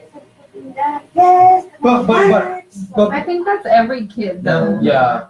But I remember Brandon, I wanted, I'm the oldest of 6. And so I had to do a lot of taking care of my siblings because my mom worked. She was a single mama. And so I was like, man, my sisters, the younger, my 3 sisters they'll call me their second mom. But it's like, I was like, I can't wait to leave. And I ended up leaving. I moved out of my mom's house when I was 17. And I wish I would have thought differently because it just made it's not impossible, but it would have made things go about in a totally different way. And now that I have kids, I have an 18-year-old and a 16-year-old, and Julian swears he's a teenager as well, but he's 10. Oh. It's like, I understand sometimes, you know, like what, you know, But you know they what, want Bonnie? to do certain things. And But you know what, Bonnie? Maybe that your passive life is what was meant to be. I think someone said that earlier that your past, you know, you left at 17, but look who you are now. What you contribute to society now. So that's what I look at you as who you are now and the person that you are, you know, what you do with the Autism Society Pet Project. And that's what people like us, we appreciate, like when you're all bubbly, that rubs off. That rubs off, and then, you know, everybody's cool, I'm cool, you know? And but that's right. it sounds like at home, if mama's happy, everybody's Right. happy. I learned one thing in life. Well, years ago, my Theo told me, never forget this, you know. A happy wife is a happy life. Oh, yeah. So I was like, yeah. But going back to you, Brandon, you have to give yourself credit. Because I see you're posting that you're going to school, you're bringing your GPA up, you got your own apartment, so you have to give yourself credit too. You know, because You that's everything, pretty much everything on your own. and look at like Mr. Panamat, he's an ILS program instructor or That's the coordinator. epitome right now. It's the epitome of what we do. Is in trying to empower people to live independent lives. And you're doing that, man. You're owning it. So congratulations. It's been tough. I mean, I'm not gonna lie. Being on my own, I was kind of scared at first. It is. I was kind of scared at first, but once I got out there, I was I feel great because you're like, I have my own little box. Friends can come over, or I can get up in the morning and I don't have to depend on mommy or daddy to lay out my clothes or whatever, or just do breakfast. Well, I have to admit, I cheated with that because when everybody was first, when I had to get ready to go to work, I'll call her the FaceTime. What color tie? I know. What color shirt? And when I go to work, people are like, who picked your shirt up? I'm like, oh, this is a good job. But I cheated, you know. You know, you were all talking about your experiences living on your own. It was weird when I first moved out on my own because I literally moved out. I went from living with my parents, having my mom do almost everything for me, to literally going out of town and living on my own with nobody that I knew. Wow. And it's more difficult, but I'm glad I did it because it showed me a lot of things that I thought I couldn't do. I mean, I remember, and I'll never forget this, the first couple of months where I had no attendant. I didn't have anybody to help me clean, to help me cook. I remember posting my first eggs that I cooked on the stove. I remember putting on Facebook. The first time I actually cooked on my own, I burnt them, but they taste so good. It's because I made it, I burned them. But it's difficult, especially coming from a family. My family is very supportive. I mean, moving out on my own in so many ways. Before, it was funny because me being out and about all the time in the street, late at night, not having a care for the world for that. I remember here, my chair broke down. oh no. My chair breaks down. I'll go. My uncle, my dad, my brothers, I can call them up and they'll go pick up the chair and me and take us home. And it was weird the first time it happened over there because I was like, I have nobody up here. And it was literally having to get off my chair, push it down the street to at least to where I could get to a bus stop or something. And that happened several times. But you at least with me, that's why I think it was so life-changing, me actually moving out, even though everybody was telling me, no, you're not going to do it, this and that. So it was from going to having the support from everybody, from my family, from my friends, to literally going out there and say, you know what, I was scared, but I'm gonna do it. I'm gonna try it out. Everybody was doing their best that I couldn't last 1 or 2 months out there. I actually was able to survive out there for 3 years.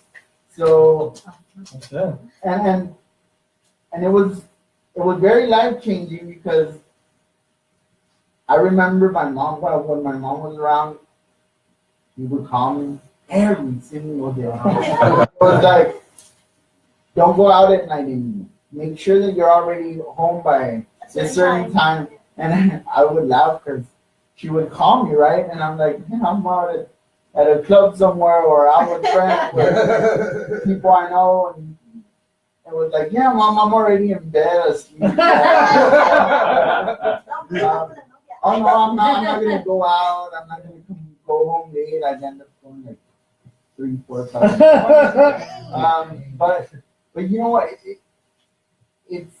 But what kicks in is the responsibility as well, because I threw myself out there and I said, let's see how it goes. At first it was rough. It was very bumpy rough, especially with, and this is some advice that I want to give to young people or if people who aren't on their own yet. Learn the budget. Yes. Learn to make decisions on your own. Learn to get the help. If there's people that can teach you these things, take advantage of it right now. Because when you're on your own, you're like, darn, I should have taken advantage of it on my own. And you know what? And you know what? Sometimes it's funny because I used to teach that to younger folks, right? About budgeting, about being responsible, about this and that. But it doesn't click in until it happens to you that you're like, oops. Oh wait, but I'm able to teach somebody else how to do it, but I can't teach myself how to do it. And that's where the learning really kicked in of, okay, yeah, I have a job, I also have expenses, I have utilities to pay, I have food. If I want to eat, I need to be able to buy food. So to advise to parents, this is especially to parents, like Bonnie was saying, parents aren't going to be around all the time. But so to the parents, encourage your kids to go out there and learn these different skills. Find programs for them to learn these skills, these life skills about budgeting, about making decisions on your own, about employment, about college, cooking. about school, about what? Cooking. Cooking. Encourage them, motivate them to do it now, because when they're on their own, they're gonna be like, yeah, I'm like, okay, I took the chance about getting this job, and now what? And that wasn't close by. It wasn't far away, wasn't it? Yeah. It wasn't like, it was like, oh, I was just there in an hour. Yeah, it wasn't that I could come and go like. But let me ask you quick. So when you're pushing your chair to the bus stop, and once you got home, in a weird way, didn't you feel like accomplished? I mean, not then. I'm not then. I'm not talking about the perspective of that time. I'm saying now. And that kind of builds your character now, who you are now. Now I understand why you are who you are. You know, the tenacity. Sometimes I host by a hubby. That's how I But like when you sat out there in front of the GOP for a week, brother, I'm like, now I understand why. That's one thing I can say that helped me getting involved with ADAPT and the YLF and all these organizations is what helped me build. Builds your Yes. Yeah. That foundation, right? That block, that home. Exactly. I always say that you want to build that foundation with those blocks, those bricks to build your house, but you have to do those bricks by yourself. If you have people help you when you get to the top of the house, how do you do it? You're not here. Crap, how am I going to do this? And it's scary. You might have seen people that could do it are able-bodied, quote unquote. What are you talking about? You've never been in a position where, how am I going to iron this? Or what clothes is it? What color is it? You know what I'm talking about? It's a feeling you never, it's weird, but until you experience it, that's why we're talking about it. It puts a new perspective on life. Sometimes I may feel bad about myself, but you know what? There's people out there that are worse than me. Yeah. You know, I can't see, but we're talking about this today, babe. I can't see, but you know what? I can't sit here and bitch about it. Move on. Deal with it. You know, emotionally it might be hard sometimes if I have my happy pills. But I think you take the thing is, to me, you have to learn that if you have right? No matter what your disability is, autism or you just have to sit down and say, you know what, I accept it. This is who I am. Move forward. Now it's not my turn to accept it, it's for other people to accept it. Well, one thing is accepting it. Another thing is embracing it. Don't just accept it. Embrace it because it is a part of who you are. Whether it's not like I can say, oh, I don't accept it, or I'm not going to embrace it, and tomorrow I'm going to go out walking straight from it. It's not going to happen. No, it's accepting it, but embracing it as well. And that kind of goes into the thing about what somebody was saying about, I think you were saying it, don't use your disability as an excuse. So when you embrace it, you take that chip off your shoulder. You don't blame other people, oh, I'm blind, I deserve this. No, you don't. Get off your butt and do it yourself. Yeah, I have heard of that, and I still hear it to this day. I mean, yeah, we're going to have our days, our good days and our bad days. But I have heard time and time again, I can't. And I'm pretty sure we have done it ourselves. But like you said, you know what? Like, okay, yeah, enough is enough. You have to get up and do it. But I hear it constantly that I can't. And what do? They use the I'm blind, I can't. Yeah. Now, I understand you say true. you can't drive. Yeah, that makes sense. But like me at the house, when they do the yard, I'm like, no one try it. Now I know how to do it. Now it might take me longer, but I just consider I can't do it because I'm blind. I have to use it. I'm not gonna lie. You have to say, you know what, I can't do it. Have someone else do it for me. Oscar Morales says, hi, Mike. Looking good, big guy. Thank you. But we have to I look feel like your hair thing. Where's that mirror, George? at I'll send you a picture. So, I mean, people are watching. That's Yeah. One thing about what you just mentioned, and I was going to mention it earlier, the word can. I love it. What? Why? Oh yeah, I know. I know. Where you're going. I love it because I love when people tell me you can't do this. Mhm. Not that you should, not that you're not able to, but that you can. Mhm. I love it because it's a part of me that has been instilled since I was young. An anecdote that I like sharing with people is I was in high school and we weren't doing anything that period, and we were in weight training, and we were just out in the football field, and then we weren't doing anything literally, and I told the coach I still want to work out because I just don't want to be the same. The coach himself said to me, like, you can do whatever you want, just don't do stadiums because you can't. He didn't say, I don't want you to. He didn't say any other reason, but he said, don't do stadiums because you can't. Like I said, I love when people say you can't because that's when I do it. Right. It gives you like a push Yeah. to prove them wrong. You know, guys, I think that's one thing we have all of us here in common. Yeah. The last thing you say to a disabled person is what? What you can't do. That. Like when I was gonna move to Dallas, for my job, that's permanent labor, family members told me, you can't go out there by yourself. Or I was gonna go with my ex, but they're saying, you can't do this, you can't, what are you gonna do? I'm like, so like you're saying, another way, I'm like, no, I want to do it for myself too, but to show other people that, and I guess I did that in subconsciously to show, you know what, if I could do it, you could do it. And I always tell people that, if I could do it, you could do it. None of this thing about, oh, my this or my knee hurts or my, do it. Until you know you could do it. And if you can't, then you can tell yourself, be honest with yourself, you know what, I would not able to do it. And then walk away saying, have that thing in your heart, say, you know what, I tried it, I couldn't do it, I'm cool with myself. And so someone like you say, you can't do that. Why? You can't. That's What's the reason for that? I love the fact that that coach said I could. Because as soon as I did him, he was down by the end of the stairs. He's like, you just have to do it yourself, huh? You just have to do it because you had to prove something to me, right? I'm like, no, sir. You said, you didn't tell me I shouldn't do it. You said I can't do it.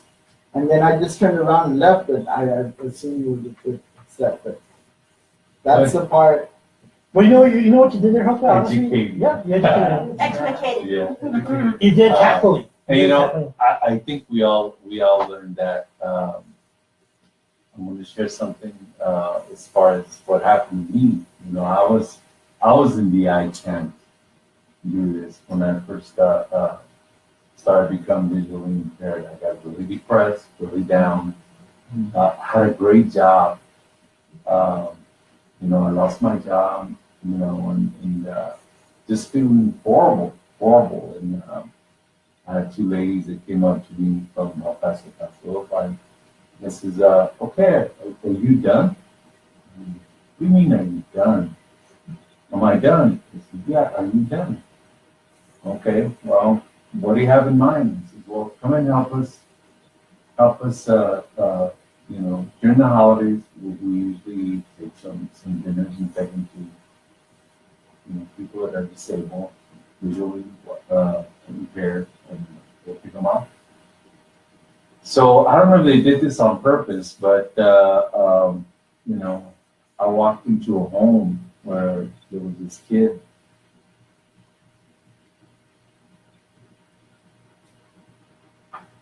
We're here for you, Mike. Oh, Mike, go.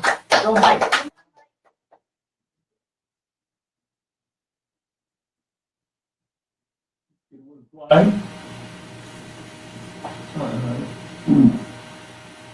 He was fully blind. He had cognitive problems.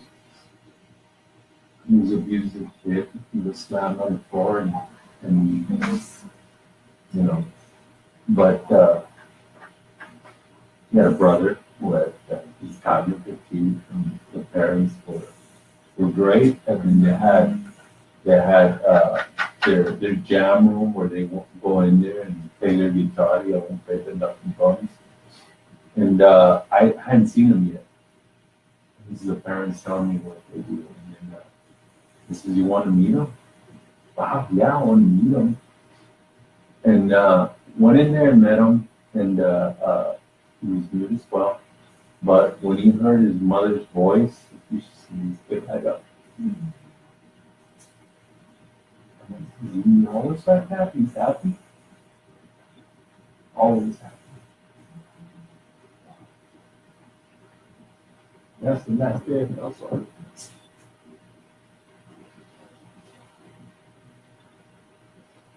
That's the day I sit and understand.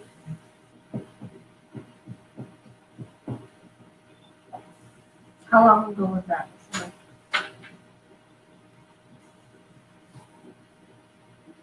Well, 5 years ago. Yeah. Now, you know, go forward and do whatever I can. When I see, as far as what I do, the person that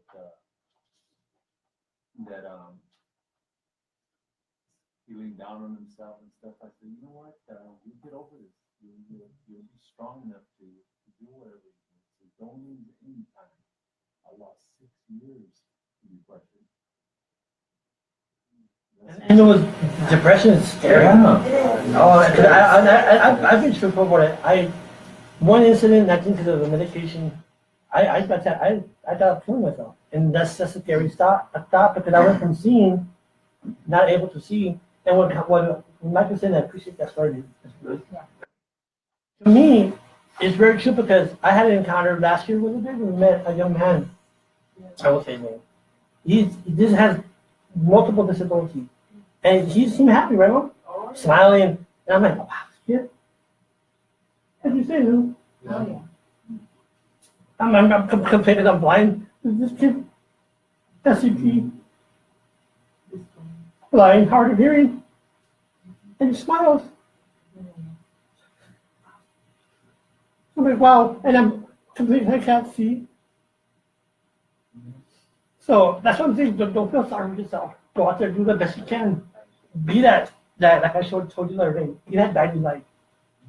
Show people that, not because you want to be an inspiration, but you want to be an example of, you know what, if I could do it, you could do it. And yes, that anybody, this even goes to people who are not disabled.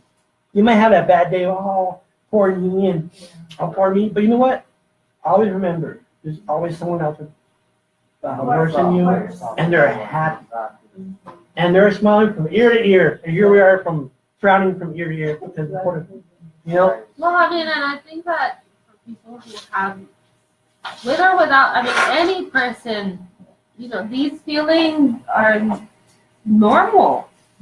Yeah. It's just like when I talk to new parents, when they receive a diagnosis, we hear that, we go through a grieving stage because it's like we have this vision of this kid as an adult, and then we receive this diagnosis and we hear, well, he's not going to be able to do this.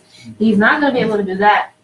And so, like, essentially that kid that we had in our head dies. Yeah. And so we go through the grieving stages, and I tell parents, when you feel angry, it's okay to feel angry.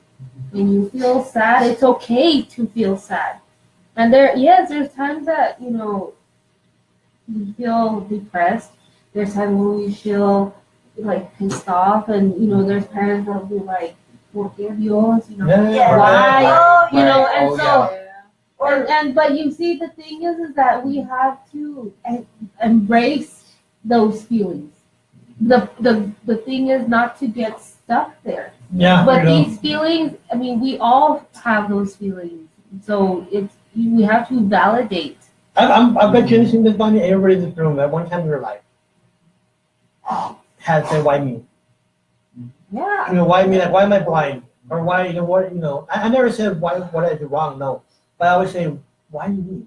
Why do I have to struggle? Why do I have to suffer? But I was young. And now that I'm older, like Josue was saying, I embraced it. Back then, I guess I was like mad, but you can't, like you were saying, you can't live off of that. You have to live beyond that. And I guess once I embraced and accepted it, saying, you know what? This is the way God wants me to be. I'm going to take it and go forward with it. I'm going to try to do the best I can because that's the way I feel happy. I'm happy. Now, there's times I'm going to lie to you. I get depressed. I get sad, and I can't do something like I used to do. But I tell my wife. And that little boy is a perfect example. I tell him, babe, you know what? Here I am complaining. Look at this little boy. He's happy, and here I am, because of my eyes. Because for me, sometimes it's bright, the light, and sometimes it's a little dark. And when it gets a little dark, I get a little anxious, a little anxiety. So to me, I'm like, why am I complaining? Is that what it is? Yeah. Let me have one of them happy ones. And what I'm saying is that, you know what? But at the end of the day, no matter all the discussions we've had, is that we want looking through seeing this to let us be who we are, our own way, make our own decisions, let us embrace at our pace, let us do what we want to do. Don't do it because you feel that we can't do it. Now, if it's something dangerous like me driving, yeah, of course, obviously. Or, but if it's something like paint a room, I thought about that. I told you, I feel like I want to paint a house. And she's like, well, how do you be behind me? Just tell me if I want to go to the edge. But the point is, let us do it. And when we feel sad, be there for us. Talk to us. When we hear our parents say "pobrecitos" or our relatives, it's that ingrained into our self-esteem. So when you have your family members or friends say, "Oh, I'm so sorry," if we hear that, it's gonna go into our psyche and it's gonna stay with us. Let alone our relatives, strangers that don't even know you. Right. That's No, it's because you hear that, and I don't know about you guys, but it's the little things that either put a smile on your face or that you're like, oh well, that just ruined my day. Thanks. Right.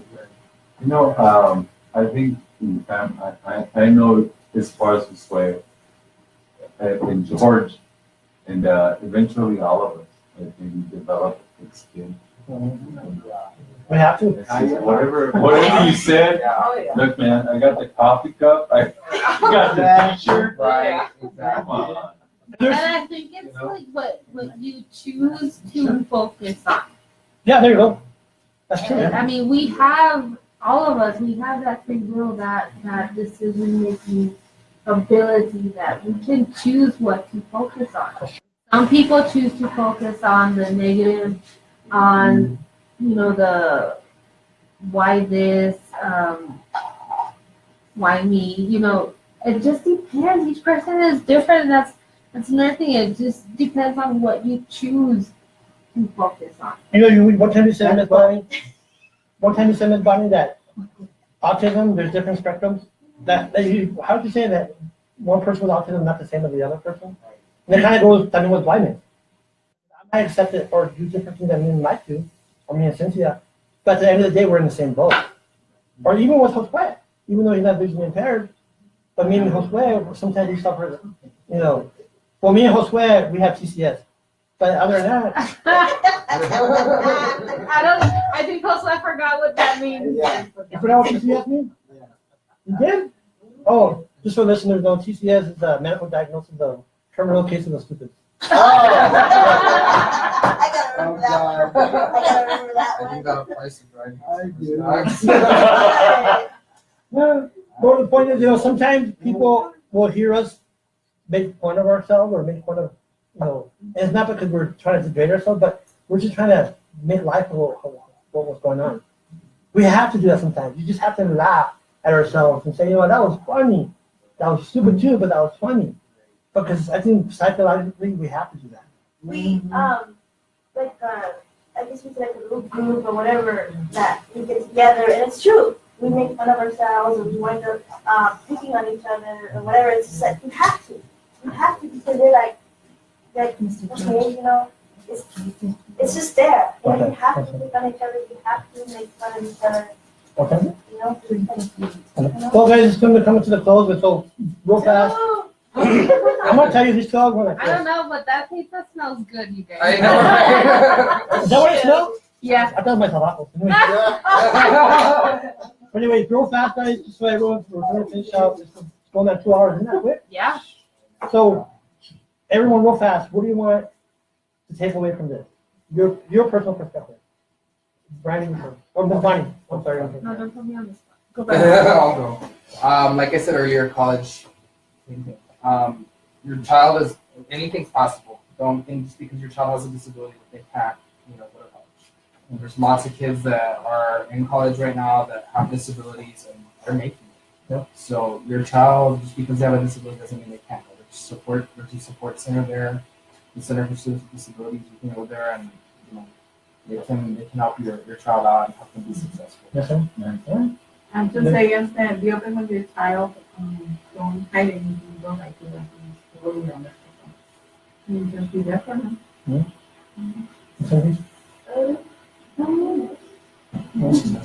Nothing, yeah, this the same thing like everybody else, just Yeah, pretty much. well, yeah, go for it. Yeah. That's why. Let me read out my book. I think what I've been mentioning all along, embrace yourself. That's who you are, with your disability, without your disability, with your height, with your weight, with whatever characteristic makes you. Embrace yourself and don't be afraid to let that light that you have shine for others to see. And I think that's it. Ms. Dawson? Well, as an advocate for the mental health community, I just ask you all to please be understanding, educate yourself. It's not contagious. No? That's it. Mr. Lloyd? Don't put us in a box. Or a bubble. Or a bubble. In my case, I'll always say, don't look at my disability, look at my ability. That's all I have. Ms. Bonnie? I love you guys. We love you too. Thank you guys are so awesome. Thank you for this, for putting this together, Mr. George. I think I loved it. there's just so much I want to say. Okay, Bonnie. No. We'll be here even longer. Brendan's hungry, huh? I already. We all are. I heard pizza, but what do you guys eat? Hey, we're having Any alcohol? Taquitos de aire. Hey, we're having pork chops. Go ahead and close it off, Mr. George. Well, really, just thank everyone in the room for being honest and letting people know how we feel. And it was a great experience for me. I'm not gonna lie to you. It really helped me a lot. And just hopefully that people understand where we're coming from. They learn. I've learned from you and Josue and everybody here that we're just like anyone else. We just have limitations. That's it. We're the same as anyone else. I have 2 arms, 2 heads, a head, brain, a heart. I have feelings. We all have feelings. But that's how I want people to know. Just treat us like we are, who we are, and that's it. So hopefully, everybody likes this idea. We will do it again. Yeah. Because this is awesome. Definitely. Awesome. So everyone, thank you for joining in and those comments. Those were good comments. Thank you. Awesome. Thank you, our watchers too. Bye.